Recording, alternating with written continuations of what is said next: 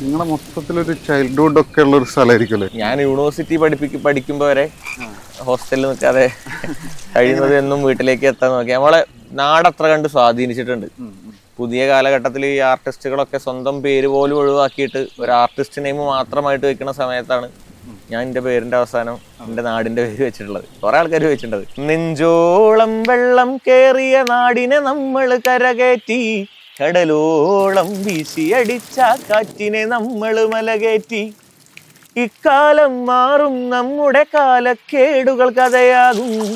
ഒരു ഘട്ടം വരുന്ന സമയത്ത് നമ്മൾ ആലോചിക്കുകയാണ്, ഞാൻ രക്ഷപ്പെടുവോ, ഇങ്ങനെയൊക്കെ ചെയ്തിട്ട് കാര്യമുണ്ടോ, എവിടെയെങ്കിലും എത്തുവോ, ആകെ കുടുങ്ങി പോവോ, ചിലപ്പോ ഒരു 2 കൊല്ലം കഴിയുമ്പോ ഇതൊക്കെ നിന്നാലോ, ഞാൻ എന്താ ചെയ്യാ, വേറെ ജോലി എനിക്ക് അറിയില്ലല്ലോ.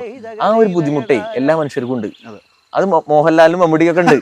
നരിയോന്തര നരിയോന്തര നരിയോന്തര നരിയോ നരിയോന്തര നരിയോന്തര നരിയോന്തര നരിയോ, അക്കരക്കുന്ന് ഇക്കരക്കാട് ചക്കരത്തോട് പാറമേട് ചേരിക്കുന്ന് കേറി വന്ന ചിന്ന താമര നരിയോ, മൂടുന്നോര് നിലങ്ങുന്നോര് കാട് കേറി അളരുന്നോര് കാട്ടുവേട്ട കേറി വന്ന കാട്ടുവേട്ട നരിയോ. പിന്നെ അത് കറക്റ്റ് പറഞ്ഞു തന്നു. ഇങ്ങനെ ഓടുമായിരിക്കും. അപ്പൊ ഇങ്ങനെ അക്കരക്കുന്ന് ഇക്കരക്കാട് ചക്കരത്തോട് പാറമേട് ചേരിക്കുന്ന് കേറി വന്ന ചിന്നത്താമര നരിയോ. ആട് പൊന്മയിലേ 4 കൂട്ടം വരും, പാട് പൂങ്കുയിലേ മേളാങ്കൂട്ടം വരും.